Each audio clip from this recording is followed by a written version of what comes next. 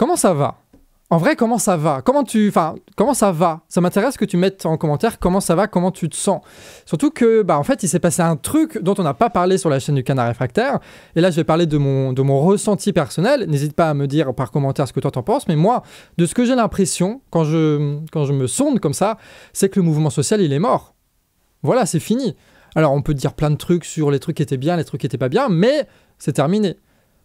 C'est terminé. J'ai fait des calculs pour bien se rendre compte en fait de ce qui s'est passé. La première manifestation intersyndicale, c'était le 19 janvier, c'était il y a 125 jours. Ça fait 125 jours qu'on est sur le front. 125 jours qu'on essaie de convaincre les gens, de faire des grèves, de faire des manifestations. 125 jours à avoir dans la tête tous les jours comment est-ce qu'on va réussir à débattre la Macronie, à convaincre les gens et à continuer malgré tout les grèves et malgré tout les manifestations, à regarder l'actualité, à réagir, à aller dans des manifestations sauvages et à casser tous les plans de notre vie pour participer à cette contestation-là. Et on avait raison de le faire, mais ça dure depuis 125 jours. C'est normal d'être fatigué, c'est normal de plus vouloir aller en manifestation et c'est même normal de plus vouloir trop regarder des vidéos politiques pour se mettre encore une excitation dans la tête alors qu'on a envie de passer à autre chose. Ce qui complique beaucoup notre financement participatif d'ailleurs. Donc voilà, si tu regardes cette vidéo, n'hésite pas à donner, c'est le moment, comme ça on sera prêt pour un an et pour tout ce qui va se passer après. Et surtout, ce qui est important, c'est que en fait on fait pas tout ça pour rien quoi. On fait tout ça parce qu'on a des gens qu'on aime et on a envie de passer du temps avec eux. On va pas sacrifier toutes les relations qu'on a, toutes les habitudes qu'on a, le travail qu'on a pour juste une manifestation, alors qu'on sait pertinemment que cette manifestation-là ne va pas suffire en elle-même pour régler tous les problèmes. Donc à un moment donné, il faut passer du temps avec les gens qu'on aime, et c'est ce qu'on fait, en fait. Ce sera vraiment inquiétant le jour où on n'arrêtera pas de manifester à fond, tout le temps, en permanence, et qu'on pensera à la politique tout le temps en permanence. Ça voudra dire qu'en fait, on se bat pas pour les bonnes choses. En vrai, c'est ça. En vrai, c'est ça. Surtout qu'on a eu pas mal de personnes, et ça m'énerve beaucoup, et ça fatigue énormément aussi, des gens qui disent « Ouais, cette fois, la réforme retraite, c'est la dernière fois, parce qu'après, Macron va passer en rouleau compresseur, s'il faut y aller, c'est maintenant, c'est maintenant, c'est maintenant. » Non. Non, il y aura d'autres occasions plus tard en fait. Ça veut pas dire qu'il faut pas tout donner maintenant, mais ça veut pas dire pour autant qu'il faut faire croire qu'une fois qu'on a perdu ça, c'est terminé, parce que sinon on se retrouve avec des gens qui croient à ce genre de truc et qui se disent si la réforme retraite elle a été passée avec le 49.3, ça veut dire qu'en fait on n'a plus rien à faire, du coup on se casse et puis on est vachement frustré et puis on est en colère et puis on milite plus. Et ça c'est débile et on devait lutter contre ça aussi en permanence. Et ça personnellement c'est mon émotion par rapport au mouvement social. J'ai l'impression qu'on a tous envie de passer à autre chose et moi aussi j'ai envie de passer à autre chose. Ça, c'est l'émotion, ça, c'est le ressenti. Mais il ne faut pas se contenter du ressenti, n'est-ce pas? Il ne faut pas se contenter du ressenti. Il faut aussi regarder les faits de qu'est-ce qui est en train de se passer. Et du coup, je vais vous proposer un petit medley de plein d'actions qui s'est passé, que vous n'avez peut-être pas entendu parler, tout simplement parce que vous êtes passé à autre chose et vous avez raison. Et pourtant, des choses se passent. On va commencer avec les casserolades. Regardez là, il y a Borne qui a été accueilli à La Réunion. Et il y a eu du coup une annulation de la déambulation qui était prévue au marché Saint-Pierre. T'as une autre macroniste, une ministre à la con, qui a annulé sa visite aussi à Beausecours parce qu'il y a eu une mobilisation. Et regardez ce que chantent les manifestants quand il y a Bruno Le Maire qui est dans sa bagnole. Dilaté comme jamais, dilaté comme jamais. T'as François Braun aussi à Lyon qui a été accueilli par des syndicats et une casserolade et qui a dû se planquer à plusieurs centaines de mètres avec ses forces de l'ordre. Une casserolade aussi pour Dupond-Moretti à Bayonne. Et là, t'as les flics qui voulaient arracher juste un gars qui avait un drapeau syndicaliste parce qu'on ne sait jamais, il aurait pu avoir des revendications politiques, vous imaginez? Et t'as Olivier Dussopt qui pensait être tranquille à Laon là pour faire sa petite communication. Et non, même là-bas, t'as des habitants pour l'accueillir. Et ces vidéos-là, je sais pas si vous le savez, mais au Canard, on est toute une équipe. C'est pour ça qu'on a besoin de financement pour pouvoir continuer, donc n'hésite pas. Et parmi cette équipe, tu as Camille qui est chargée de prod et c'est elle qui s'occupe de récupérer un maximum d'informations et de mettre ça sur un pad sur toutes les actions qui s'est passées. Et moi, j'étais à peu près certain qu'il allait rien se passer. Et quand j'ai vu tout ça, j'ai vu quand même une petite émotion. Alors les gens, ils sont pas très nombreux parce que c'est dur d'avoir les informations, parce que les réseaux militants sont quand même vachement restreints, que c'est en jour de semaine. Mais il y a des gens, quoi. Il y a toujours des choses qui se passent. Et en plus de ces actions de casserolade-là, il y a des actions syndicales qui se rajoutent à ça. Tu as par exemple la CGT Monoprix et Casino, qui sont vachement déter d'ailleurs, et qui sont à la Maison de la Chimie à l'occasion de l'AG des actionnaires du groupe Casino. Donc ils vont directement voir leur patron les actionnaires, les financiers, et ça c'est beau. À Disneyland, tu as aussi une grève qui s'organise pour les conditions de travail et pour les salaires. Tu as le Festival de Cannes, il y a eu une coupure d'électricité par la CGT Énergie, immense force à vous. Des coupures des hôtels des riches, là, pour leur cinéma de riches, leur truc de riches insupportable, là. Il y a même les cheminots, et ça va faire plaisir à énormément de personnes dans les commentaires, qui ont envahi la Commission européenne. La Commission européenne avec le syndicat Sudrail, c'est incroyable. Le travail qu'on a fait pendant des mois a constitué un héritage qui continue aujourd'hui à vivre.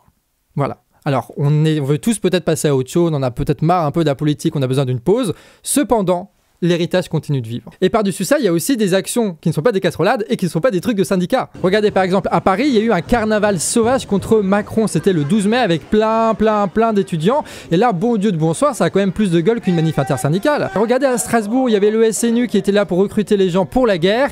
Et ils se sont retrouvés avec quoi? Des manifestants, ils ont été obligés de changer de ville incognito sans annoncer à personne. Résultat, ils se sont retrouvés quand même avec les militants qui ont fait la route. Et en plus de ça, vu qu'ils n'avaient pas prévenu sur les réseaux sociaux, bah t'as aucun jeune qui a participé à ce truc de merde là. Et pareil à Reims, hein, la même caravane SNU voulait recruter des jeunes pour l'armée. Et ben t'as le collectif Les Gaulois Réfractaires qui a dit non, on s'organise et on empêche que ça se passe. Donc voilà, on est toujours en direct sur le placement de la SNU, donc on va bloquer la SNU, elle est toujours aussi vide.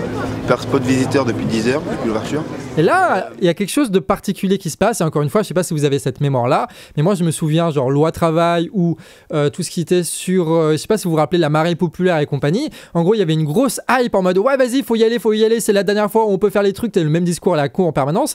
Et puis après, ça s'arrête, grosse dépression, il n'y a plus rien, jusqu'à un moment où ça repète, on sait pas trop pourquoi.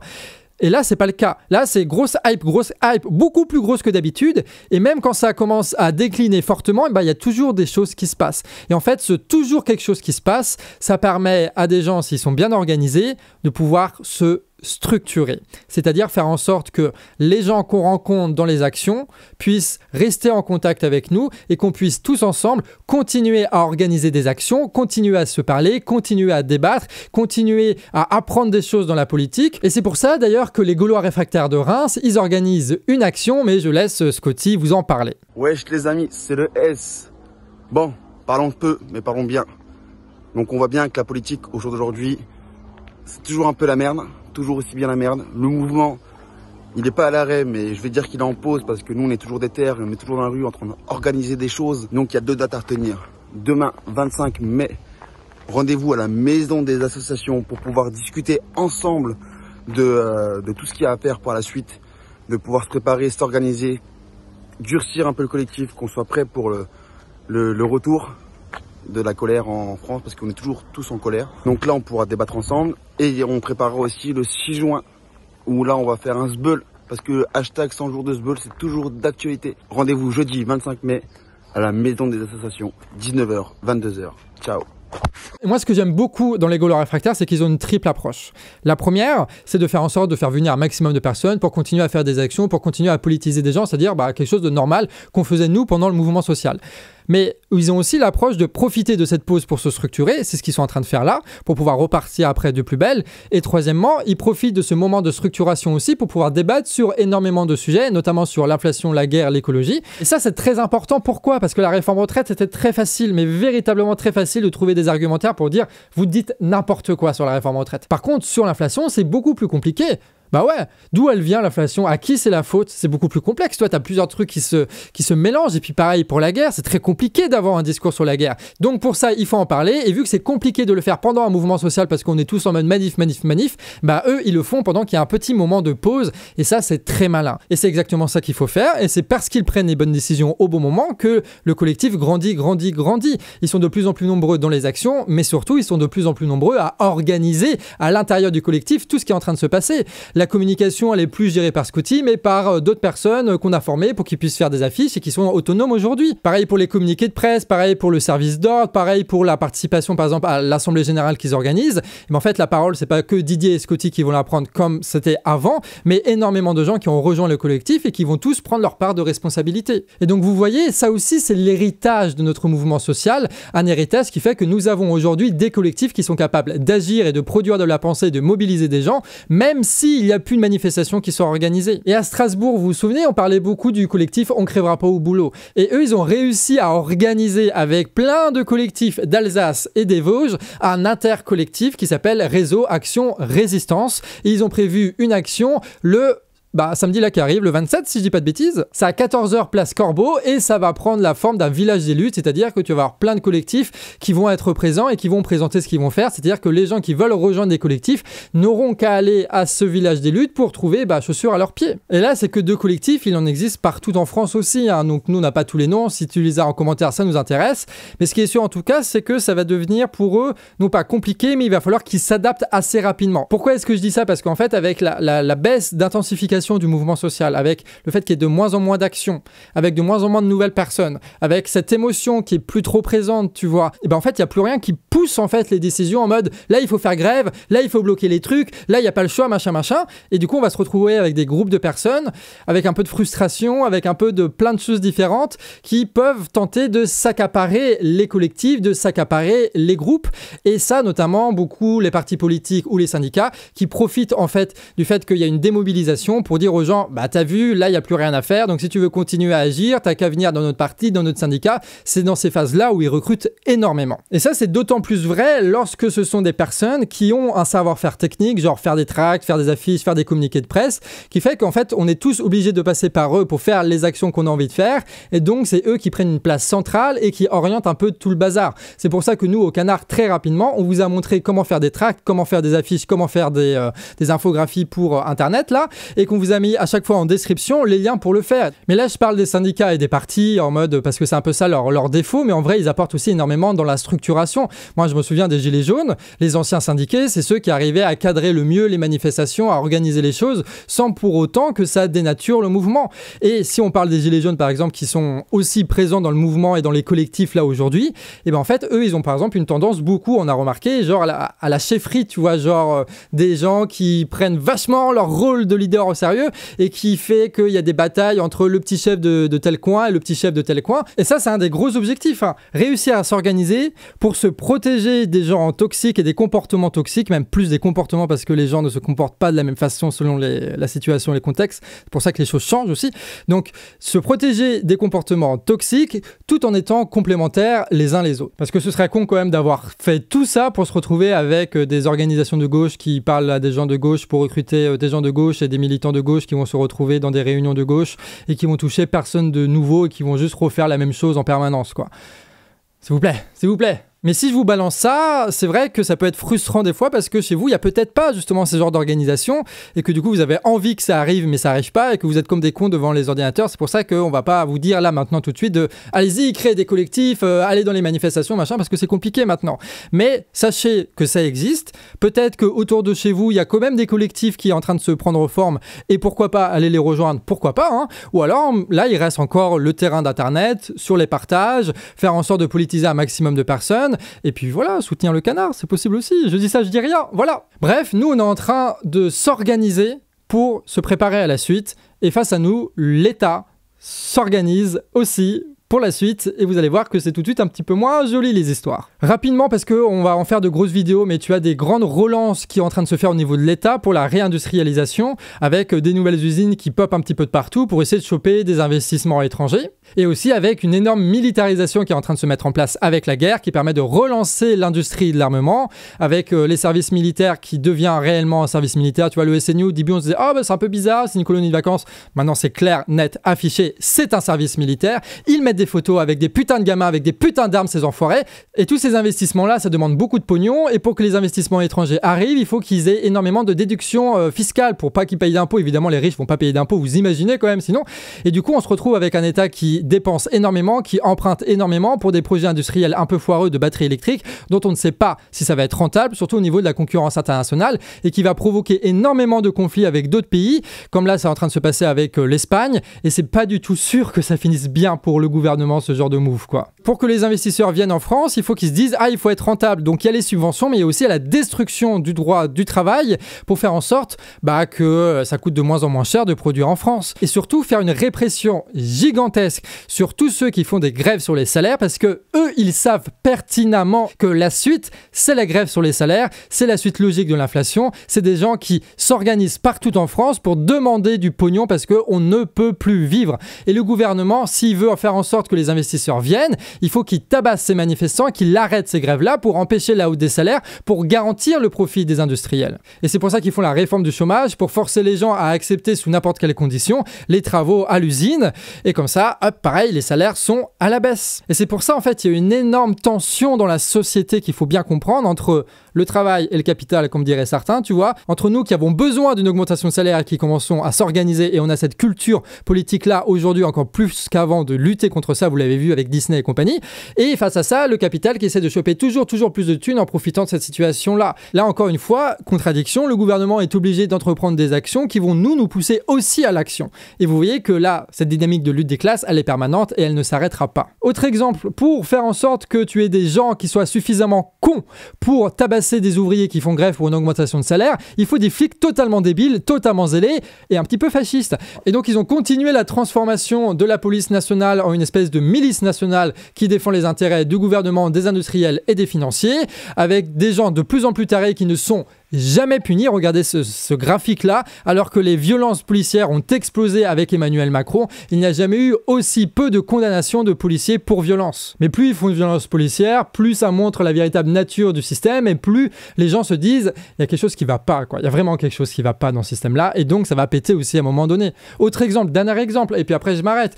Pour défendre tout ce système et tout ce bordel-là, ils envoient Bruno Le Maire sur les plateaux télé, donc évidemment il dit n'importe quoi, il dit oh là là, mais moi aussi je compatis avec les gens qui mangent des pâtes parce que moi aussi j'achète des pâtes, j'ai 4 enfants. Le gars il gagne 10 000 € par mois, il vit à Bercy avec machin de l'or et tout ce que tu veux, et le gars il dit oh mais non mais les pâtes, non évidemment que c'est ridicule. Donc plus ils vont aller dans la merde, plus ils vont devoir dire des mensonges pour justifier cette merde-là, mais vu qu'ils sont parfaitement débiles, ignorants, incompétents, méprisants parce que c'est les pires bourges de la planète, eh ben ils vont dire n'importe quoi, et donc ça va renforcer aussi la situation de conflit. Donc nous on se prépare et on fait de mieux en mieux, et eux ils se préparent, et ils entrent de plus en plus dans leurs contradictions. La question c'est est-ce qu'on va réussir à transformer ces contradictions en un vrai mouvement révolutionnaire? Est-ce qu'on va réussir à se structurer suffisamment pour ça?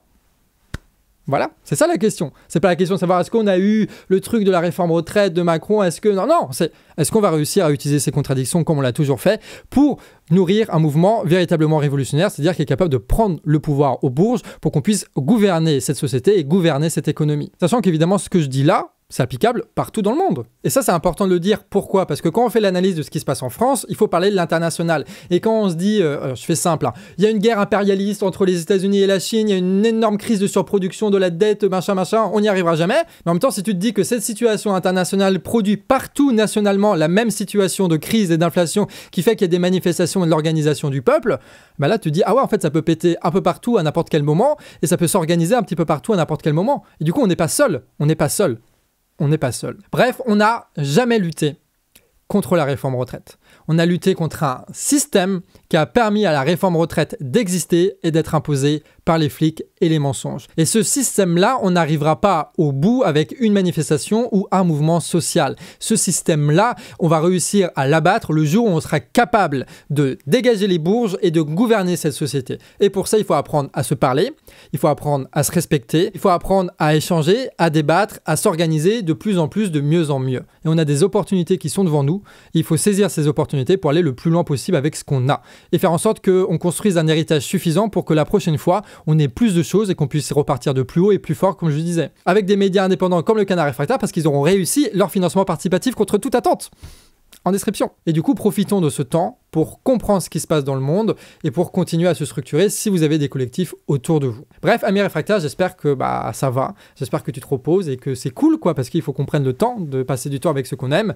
Et puis, ça repartira. Ça repartira. On n'est pas dégoûté, on n'est pas frustré, on n'est pas en colère, on n'insulte pas tout le monde en mode « Ah, mais si on avait fait ça !» Non.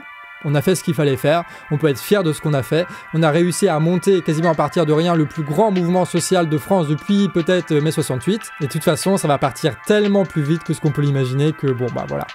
Je pense qu'on sera même pris de court à un moment donné. Bref, j'espère que cette vidéo vous a plu. Et encore une fois, nous sommes en financement participatif. C'est compliqué pour nous parce qu'il y a moins de gens qui regardent parce que on a envie de passer à autre chose. En plus de ça, c'est l'été. En plus de ça, c'est l'inflation. Donc pour le financement participatif, c'est compliqué.